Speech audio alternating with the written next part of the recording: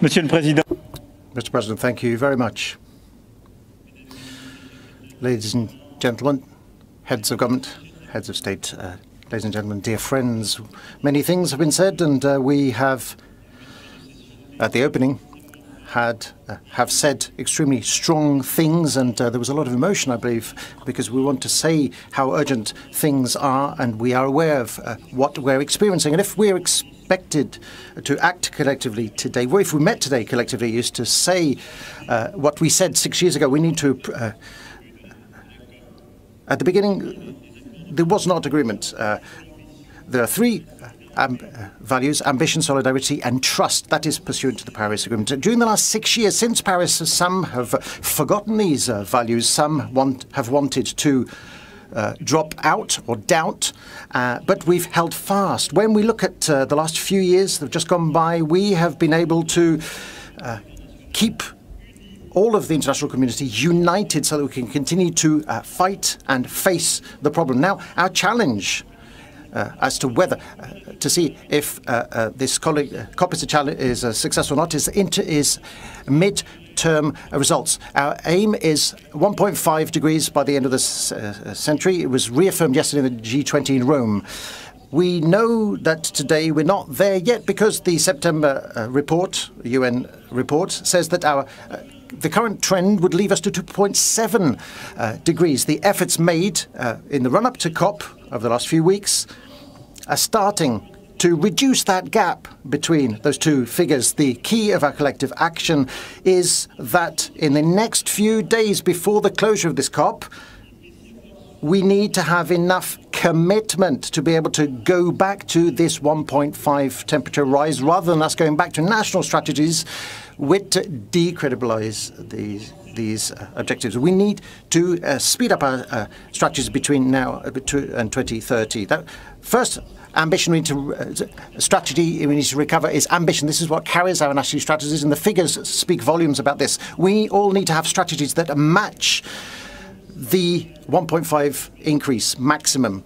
That needs to be embodied in our national strategies. In this respect, France, but more broadly the European Union, as well as the United Kingdom, are today ready to meet their commitments. Our challenge is now to implement our commitments, and I do not underestimate the importance or the difficulty thereof. We today have a challenge before us, namely the implementation of the Green Deal at European level of our national strategies. But the figures we have committed ourselves to are those which will enable us to give credibility to this a target of 1.5. So energy transition, economic model transition. This transition must be fair, just and supported by social decisions. This transition will make it possible also for us to be able to create new opportunities, new jobs through, in particular, deep innovations, the building of new sectors, of new industries and new opportunities. That is what we are doing. That is what we are focusing our efforts on.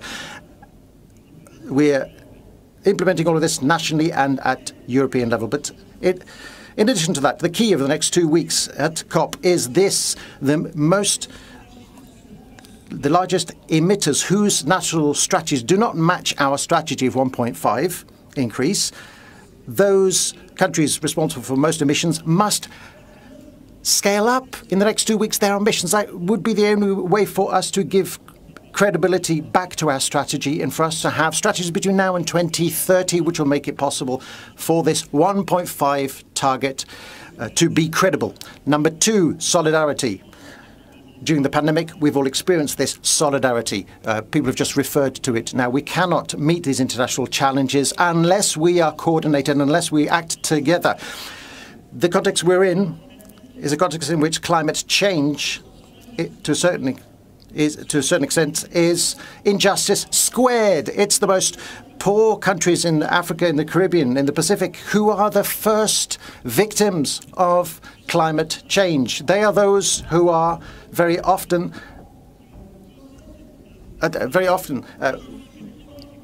the ones who do not implement the development model are the subject of climate change.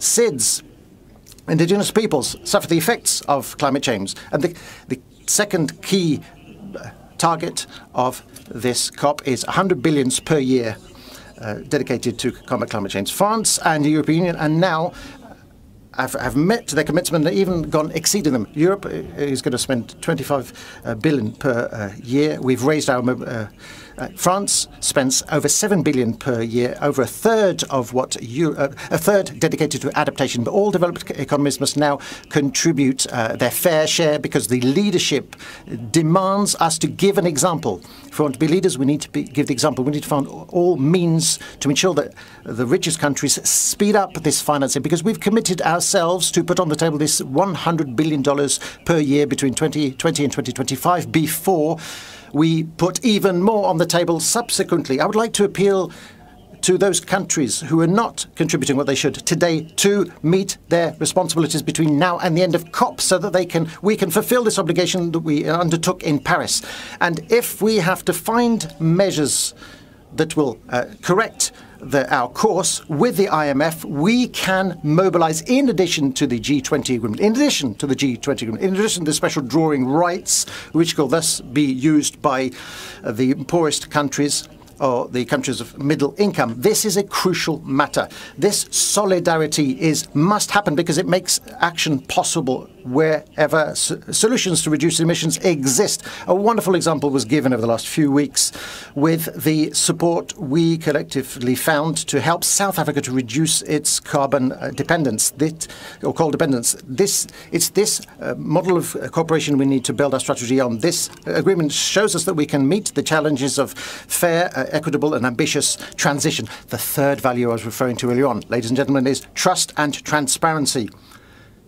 Our youth were invited to join our debates. They want to see us commit ourselves. They want us to follow up. They want things to be measurable. So beyond these commitments, we must follow with rigor and transparency in a common framework what we do. We need to monitor what we do. I'm delighted in that respect that the OECD is launching at COP26 the International Programme for Climate Action, IPAC,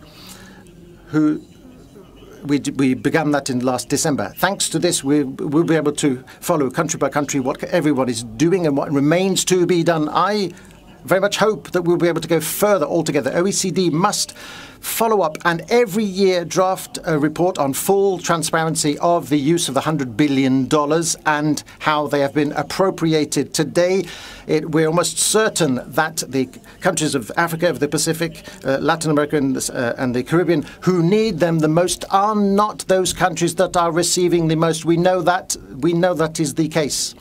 So beyond our announcements, we need to be transparent as to the follow-up, the monitoring of how these $100 billion will be spent. Ladies and gentlemen, I wanted to speak to you about these three values so that this COP can be a success.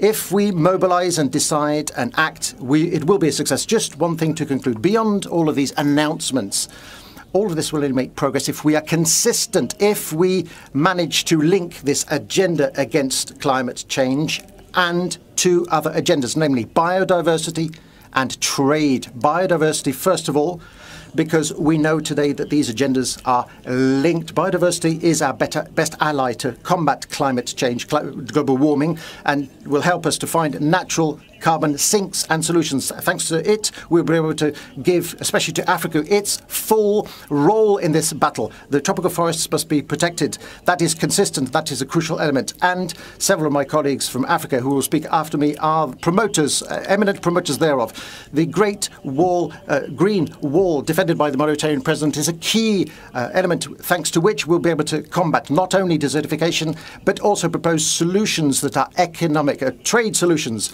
and our mobilizations for the oceans. It must happen also. This agenda goes hand in hand, is intricately linked with the agenda to combat climate change. Finally, we must be consistent with our trade frameworks, our trade environment, and our environment and climate frameworks. Too many of us here commit ourselves and then sign contradictory trade agreements. We cannot continue to have a planet that we are causing to function according to rules that do not embody at their heart these constraints. Our trade agreements must reflect our climate commitments. The the organisation of value chains must reflect our climate requirements, demands. And that is why I appeal to people today for us to develop in Africa and in the Caribbean and in South America and in all of these vulnerable regions, in all these regions, solutions and industrial pathways, industrial industries to meet challenges rather than continue to provide solutions that come from the end of the other end of the world and which are built upon our current financial models. Our solidarity through these $100 billion must make it possible for people to develop these industries which are regional economic opportunities. These are the few words I wanted to share with you. It is what we do, it is what we produce, is what we monitor transparently that will give full confidence, trust back to our youth, but which will also allow us to act properly and achieve the results we need for ourselves and for future generations. These are the few elements of my own convictions I wanted to share with you this afternoon. Thank you.